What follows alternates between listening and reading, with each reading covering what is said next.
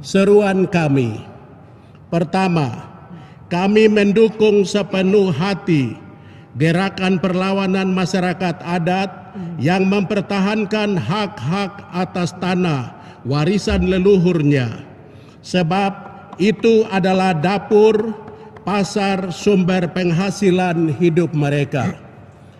Yang kedua, kami mohon kepada TNI, Polri untuk tidak menghadapi masyarakat adat dengan kekerasan, intimidasi, teror, dan menakut-nakuti mereka yang melakukan gerakan perlawanan damai demi mempertahankan tanah adatnya. Tiga, kami juga menolak dengan tegas rencana pemerintah untuk mendatangkan transmigrasi ke tanah Papua. Mengapa? Sebab provinsi kami sangat miskin, daerah konflik yang terlama, para pengungsi belum kembali ke kampungnya, banyak anak putus sekolah, banyak orang yang sakit, kami kesulitan lapangan kerja, banyak sarjana menganggur. Singkatnya, kami tidak membutuhkan transmigrasi. Mohon dievaluasi ulang rencana tersebut. Seruan kami yang keempat, kami minta dengan hormat kepada Presiden, pemerintah untuk menghentikan semua program yang hendak merusakkan ekosistem, ruang hidup masyarakat adat Papua dan hak-hak hidupnya. Kelima, kami memohon kepada pemerintah atau Presiden untuk membuka ruang dialog dengan masyarakat Papua. Yang keenam, dengan tegas kami menyerukan bahwa tanah Papua bukan tanah kosong. Saya ulang, dengan tegas kami menyerukan bahwa tanah Papua bukan tanah kosong. Kami adalah ahli warisnya. Tanah Papua adalah tanah milik orang asli Papua. Leluhur, orang tua, kakak, adik kami ada hidup, berkebun, berburu di gunung-gunung, di rawa-rawa, di pesisir. Leluhur telah membagi tanah kami ke dalam 7 wilayah adat, yakni Lapago, Mepago, Haanim, Bomberai, Domberai, Saireri, dan Mamta. Jadi, jangan kapling membagi tanah kami seakan-akan tanah yang tak bertuan. 7. Kami minta kepada pemerintah untuk tidak memakai para tokoh atau pimpinan gereja atau pimpinan daerah tertentu yang atas nama orang Papua atau karena dibayar atau dijanjikan jabatan tertentu dalam merencanakan untuk menyerobot tanah leluhur marga atau klan suku tertentu dan diserahkan kepada investor tanpa berbicara atau berdialog lebih dulu dengan pemilik hak ulayat.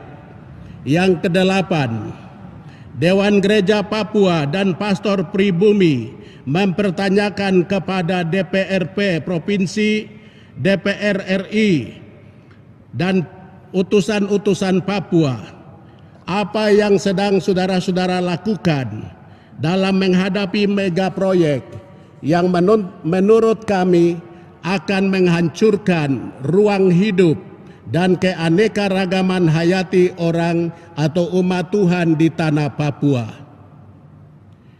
Kesembilan, kami prihatin melihat keadaan hidup umat Tuhan di atas tanah Papua dewasa ini.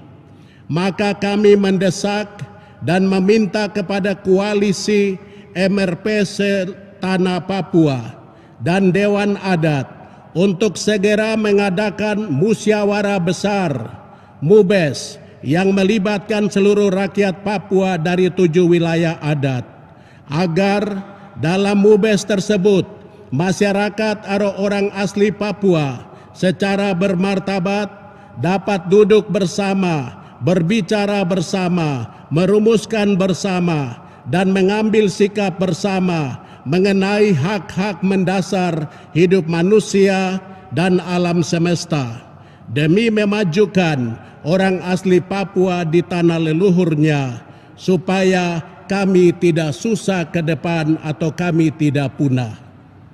Seruan ini kami tunjukkan kepada pemerintah Indonesia, Presiden dan para menteri yang berhubungan dengan pembahasan kami di Jakarta, kepada para duta besar negara-negara sahabat yang ada dan bekerja sama dengan Indonesia, kepada negara-negara pemberi modal kepada Indonesia, kepada para investor dan pemodal yang memiliki sahamnya di seluruh tanah Papua, kepada kardinal, para uskup, pimpinan gereja-gereja di Indonesia dan di seluruh dunia, kepada seluruh anggota TNI, Polri, BIN, BAIS yang bertugas di seluruh tanah Papua, kepada seluruh anggota TPN OPM murni atau pembentukan negara di seluruh tanah Papua, kepada orang asli Papua yang berbeda ideologi politik, pro NKRI dan pro Papua Merdeka, kepada orang non-Papua yang hidup dan berkarya di tanah leluhur orang Papua, kepada kelompok orang yang suka memperkeruh suasana di tanah Papua melalui media sosial dengan menyebarkan berita-berita perpecahan, mengadu domba sesama warga di atas tanah Papua. Demikian seruan kenabian kami.